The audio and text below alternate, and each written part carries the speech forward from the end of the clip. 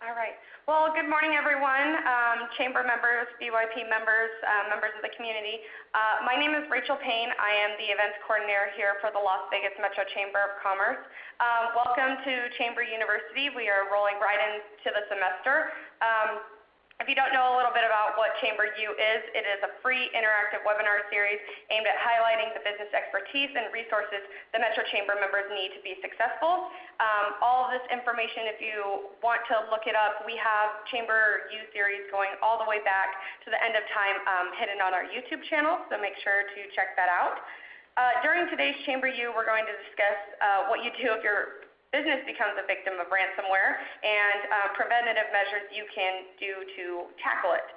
Before we begin, I want to take a minute to explain some of the features of the webinar. In order to preserve the high quality sound, we'll be muting everyone. If you would like to ask a question, use the chat bar. If you're joining us on the phone or the web, you can use the question by the chat feature in the corner.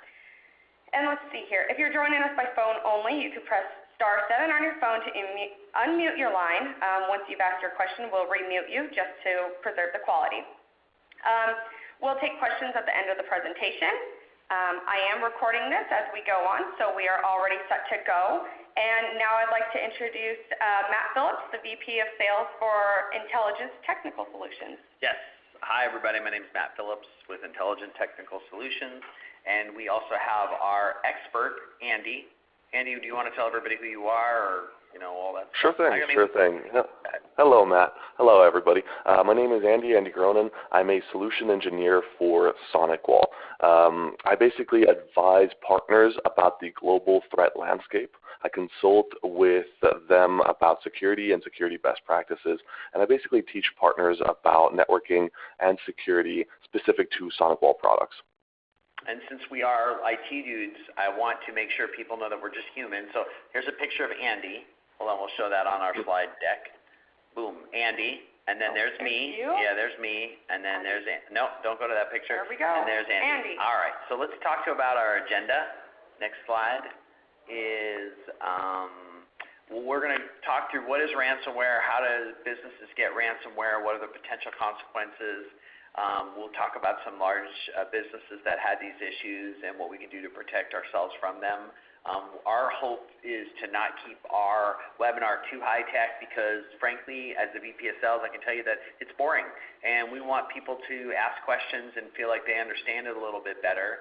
I'll add my 2 cents before we get rolling is the misconception about malware and ransomware is that it happens over there. It happens to big billion-dollar businesses. It happens to a lot of small businesses in Las Vegas. I'm happy to not share them on a webinar, but share them privately of some businesses that have been scammed for $20,000, $30,000, $40,000 by hackers somewhere doing something. But today we're going to talk about some top-level examples, but hopefully if you want more information, we can talk about that one-on-one. So let's get rolling. So what is ransomware? Andy, can you tell us a little bit about what ransomware is? Certainly. So ransomware is a subset of malware, and you can think of malware as bad software that does bad things on your computer, and there's a whole gamut. One of these things is ransomware, and ransomware specifically is a type of malware or virus that comes into your computer and starts to encrypt your files.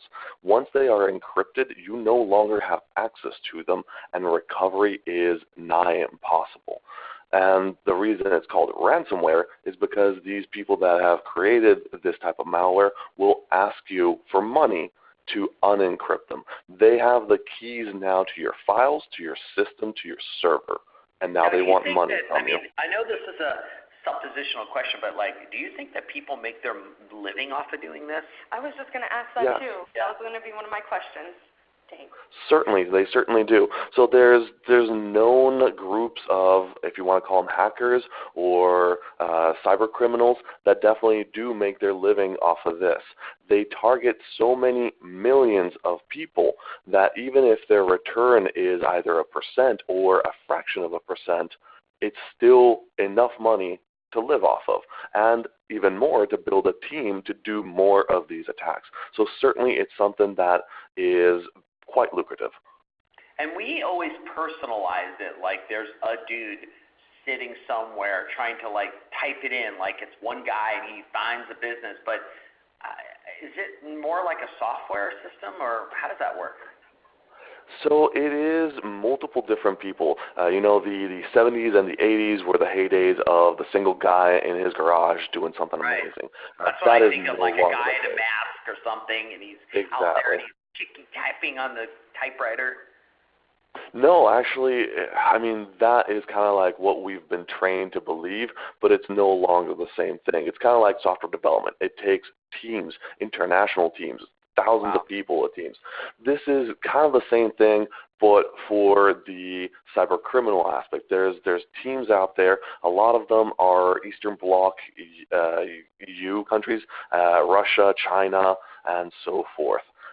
And as we said before, since they make a living off of this, they want to get better at it. They want to make things that will spread faster, reach more people, and eventually give them more money. Okay, wow, that's some scary stuff there. So, okay, well, let's move on. We're getting our slide going. Oh, there we go. There we go.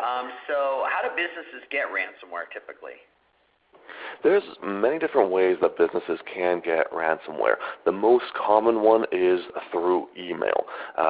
Somebody that you think is your boss, your colleague, a known trusted source, but is not because they've been spoofed, is actually sending you information that you will click on, so a link, a download, and then that starts a chain reaction of opening up security policies on your device, installing the malware, and then encrypting your files. But it is one of many. Another very common aspect is you happen to visit a website that has been compromised, and that website will send your computer a whole bunch of malware. And if your endpoint... Hold on. So I don't even understand what you just said. So I'm browsing around and I see a article about Brad Pitt and Angelina Jolie breaking up, and that Jennifer, whatever her name is, Aniston, is rekindling with Brad. Not that I watch those kind of things or ever read them, but I'm wondering what's going on there. And so I'm reading that website, and while I'm on it, you're telling me that it's secretly sending my computer files that are going to hurt them? Correct. So I'm sure you don't, Matt. I'm sure that the Brangelina thing is just an example that you are not interested at all in. They're falling apart, Andy. They're falling apart. I know. The poor guys. I'm sure they're going to be okay. They're going to find love one of these days. But back to, yes, answering your question is basically, depending on where you go, there could be sites, and especially these fringes of sites that are not really well maintained, web servers that are not really in parts of the world that are known for security. Again, the Russias, the Chinas, the North Koreas, and things like that. There is a good potential that website has been now compromised, unbeknownst to the person that actually runs it. And now, yes, it will send you information that will eventually lead to a breach. So it will send you corrupted files. It will send you malware directly. It potentially will send you little scripts that directly don't seem to be malicious, but open up a vector for further attack. Okay. Well, there you have it. So, sorry, go ahead. Go for it. No, I'm saying there's other ways also that you get malware. Some of the common ways to get malware is a USB drive. You kind of use them as you go. You put them into computers that you don't own, don't really know what's on there. And it's not something that will pop up immediately and say, hey, you're infected. So you kind of go throughout your day and throughout your life with these USB pens that you just plug into whatever. One of these machines could be infected, and now you're just bringing it along to everybody else that you touch. And what about like when I get an email? I mean, is that you get an email from somebody, because I had that once where it looked like it was from my bank and they were going to give me a view of my statement, but it wasn't that. Does that happen a lot? It happens so much. It happens every day, thousands if not millions of times. Again, email is about 80% of the vector of attack. And when I say a vector of attack is basically somebody's trying to get you to do something that you shouldn't. Click on a bad link, open an attachment that you shouldn't. They've been very, very crafty. I think everybody kind of knows the Nigerian prince scam, which was the lowest of the lowest level. It's just like, hey, send me money because I have money for you. And that's one of the things that we've got savvy to. But the level of craftsmanship of these people has gone much, much higher. Now they'll craft emails that look exactly like your bank statements or anything that is confidential. I'm sorry to interrupt, but where it gets you is, and because honestly, I work in an IT company, and I will be honest, don't want anyone to record this, even though it's being recorded. I did click on a link once, and here's what it got me. Aside from that, it looked legit. I kept going, is this real? And the not knowing is what compelled me to click it, because I just wanted to know. Yeah, no, and they get you, are those links hidden anywhere? Are you looking at photos? Are you looking at the back button, delete button? Those buttons that you're pushing on anything basically they could potentially be hazardous to your computer. Is that what you're saying? Correct. There's many different ways of it, but correct. A lot of these will be looking like legitimate buttons, back buttons, forward buttons, links for things that you want to click on. But unless you have a very keen, trained eye, or even if you do, sometimes you can't really know because they'll go to a place that you just don't have the information. And that's kind of why you really need a third-party solution that is not just relying on your knowledge. You're one person. You don't have all the time in the world to become a security expert, and even if you are, there's millions of malwares and viruses created every year. You can't really stay abreast of all of them. So you need a team. You need a large entity that can actually say, let me look at what you're doing and make sure that you're not doing something that might harm you. All right, so now I'm depressed, so let's get more depressed and say once I've made a mistake on clicking the link, or I looked at a website that talked about, I'm trying to think of another gossip thing that I look at all the time. We'll just say I looked at the update on the cast of Stranger Things 2. So I'm looking at all that. I get the malware. What is it going to do to me? So there's many different things that it can do to you. So the consequences of malware are far-reaching. It could just make your computer not work anymore. It could siphon information from it. So again, credit card, personal information like name, last name, email, where you live, and so forth.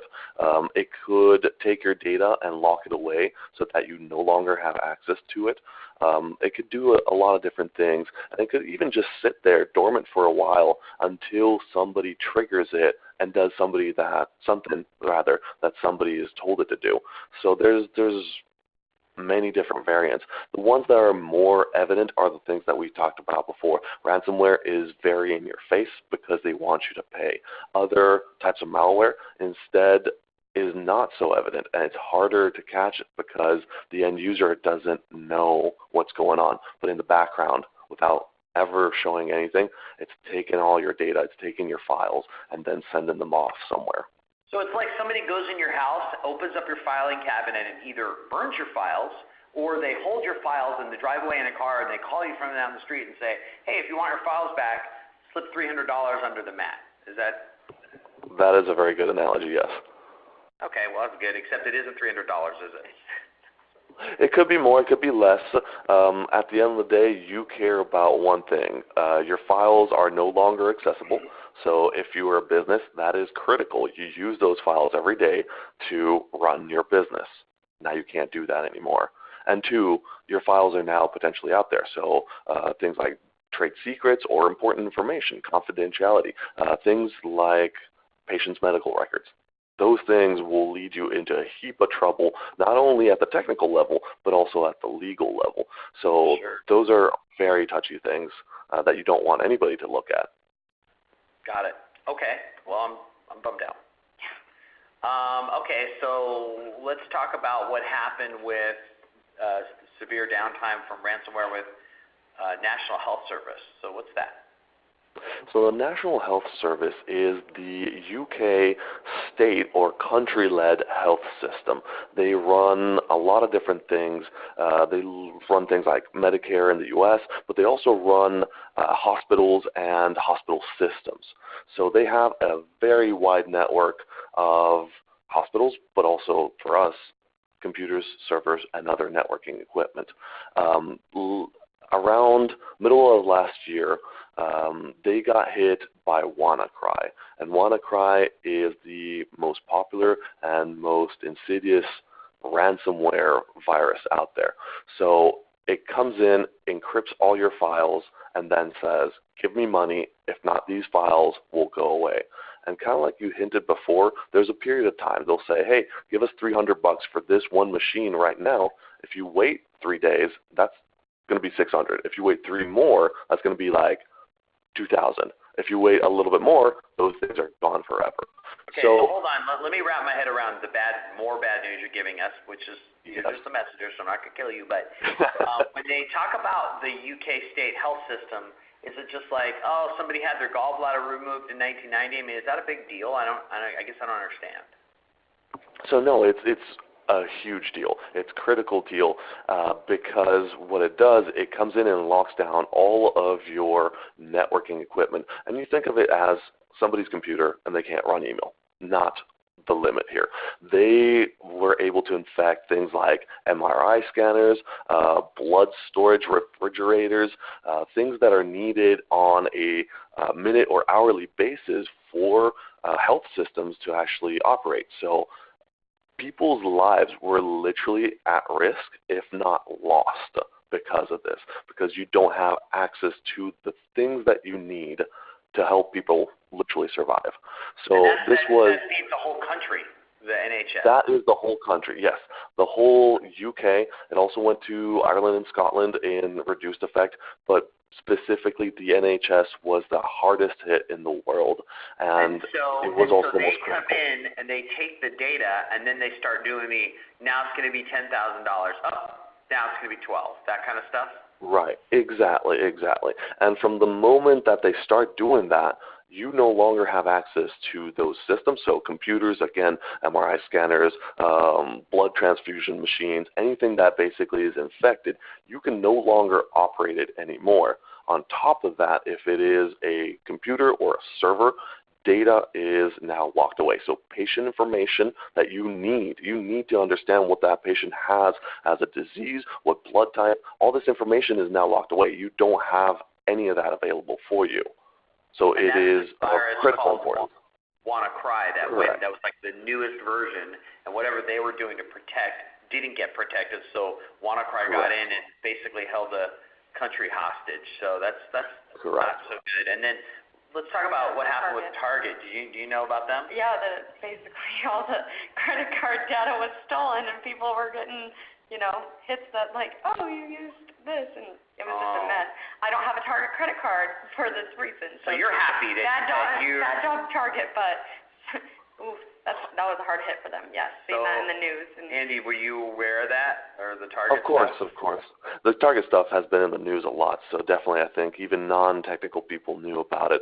I don't know how much you know of how widespread it was. So you say, oh, I don't have a credit card from Target. Well, it might not be important that you had a credit card from somebody else. They had 110 million customers' information stolen. So if you swiped your credit card at Target sometime before that event, before they got breached, it is likely that your information is out there. So for the most part, it was credit card information, but also personal information. If you have stored your name, your phone number, email, potentially your mailing address, if you have something shipped to your home. So all the information was stolen away from the perpetrators of this hack. Okay, and then, overall, all these things, we probably haven't covered this, but with Target and even the next slide, with the NHS and now Equifax, there's just a severe amount of downtime because aside from the data that's lost, now you've got hundreds of people for thousands of dollars trying to figure this all out. I mean, it's not just the IT department, because if these businesses are crippled, even whether it's a small business or a large business, everybody now is either being paid to sit at their desk or trying to be paid to get this figured out. I mean, I don't even know how you quantify that. Yeah, the cost of these type of attacks are massive. And as you said, large company, medium company, small company, it doesn't really matter. Actually, the larger companies are a little bit better off just because they have more leeway and redundant systems, and they have an IT staff. But in general, especially for smaller companies, the hit is harder because you're running on smaller margins, because you have no IT staff or limited IT staff and limited recovery potential. So it is something that if you're down for a couple of days, it's really going to hurt you. To give you a global perspective of malware, ransomware, and viruses and things like that, in 2017 for the U.S. that got hit by a lot of natural disasters, it was estimated around $300 billion in cost for the U.S. for the whole 2017. And this is things that, they rip up a road, and people might not know the cost of this, but it is massive. It takes so many resources to build infrastructure. So $300 billion. The cost worldwide for 2017 for malware and ransomware and viruses was $600 billion.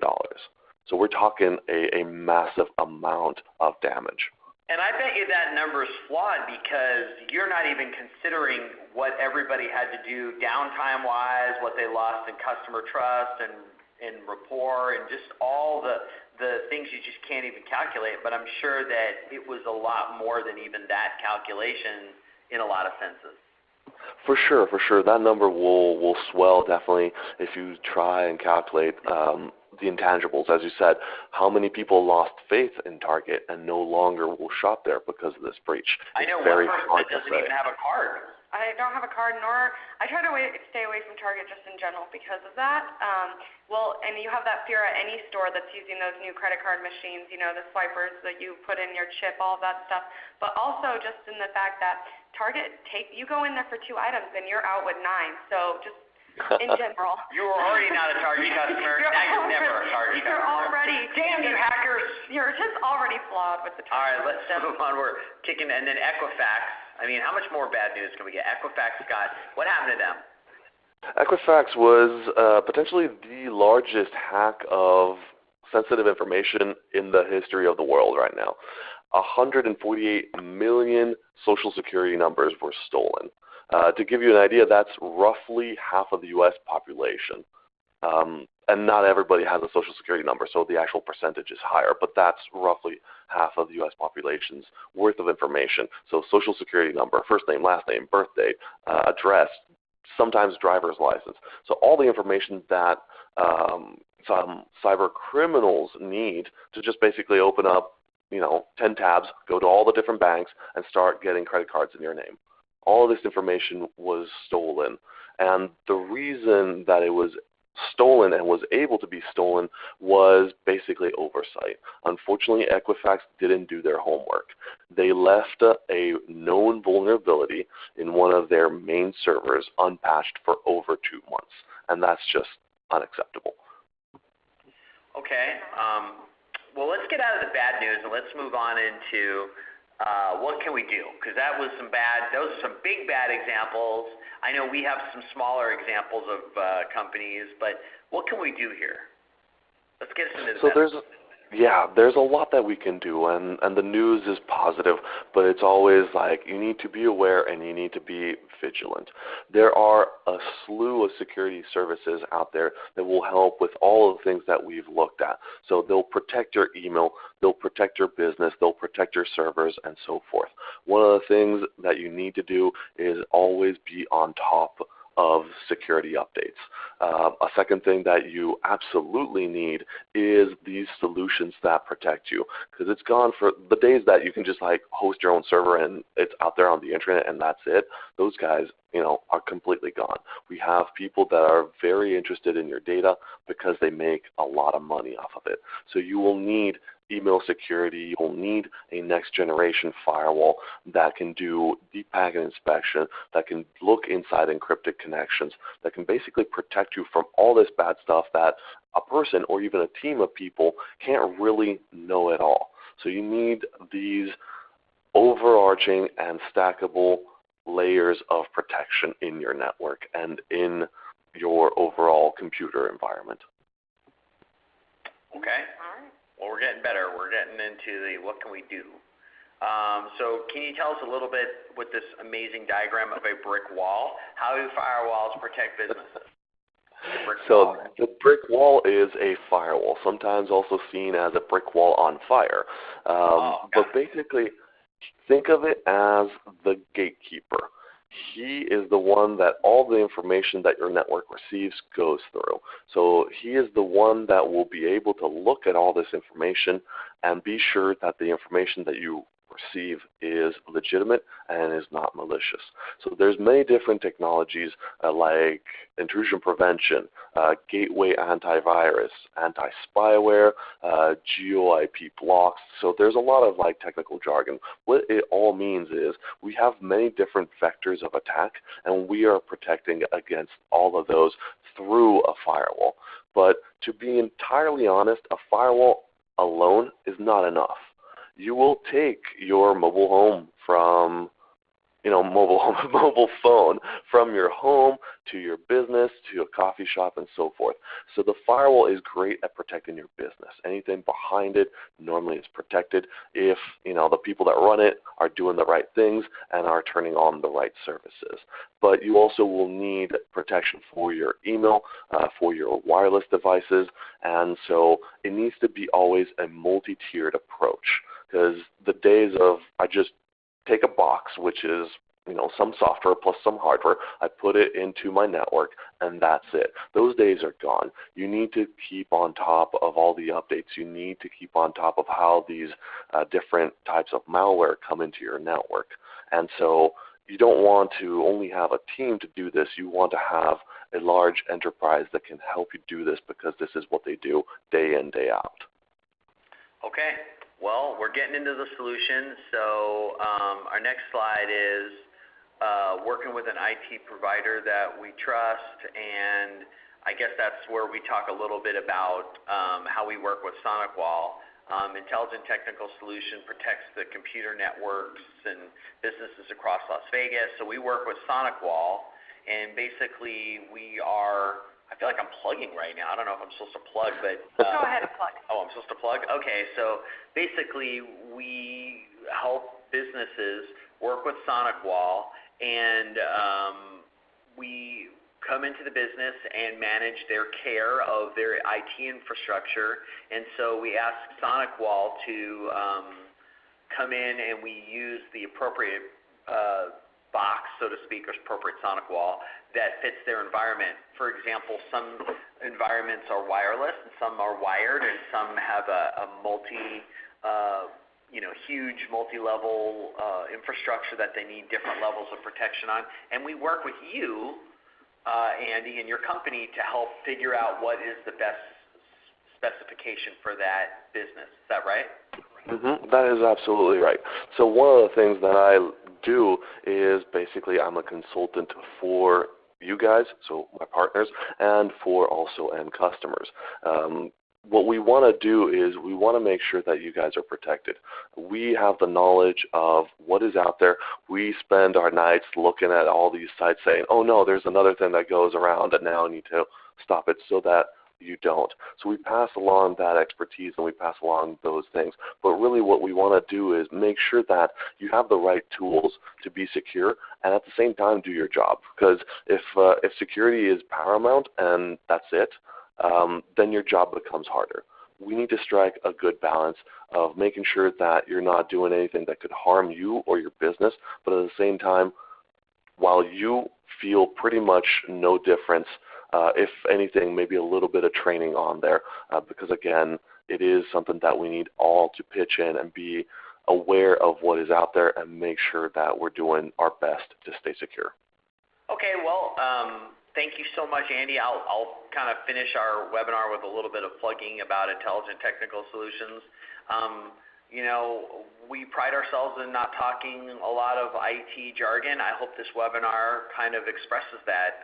We just want to, our mission statement is we want to help businesses or enable businesses to thrive by managing their technology.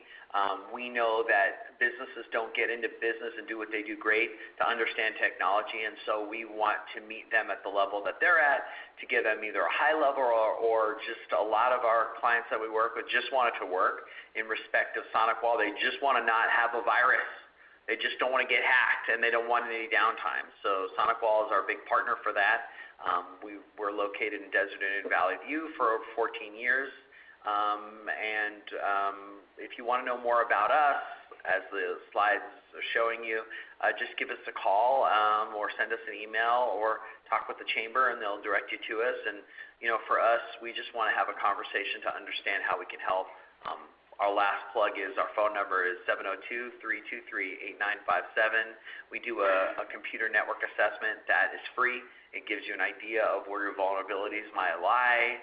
A lot of times even people that have a current provider like us to come in and offer like a well check or a second opinion just to see if everything they're doing is done right. A lot of times, as kind of what Andy said, we see maybe a doorway and the lock has been changed, but the doorway hasn't been properly removed. We want to help remove every access of hackers or these teams throughout the world of getting in and stealing companies' data. SonicWALL is a big partner. I thank you, Andy, for being on this webinar with us. I thought you did a phenomenal job. Any other thoughts? Thank you, Matt. Thank you so much for being here with us today. I can tell you that I'm one of those people that I know nothing about my computer except when it shuts down, I panic. The other day, for instance, the blue screen of death, I saw it and I panicked. Like immediately, I was like, they're stealing my stuff.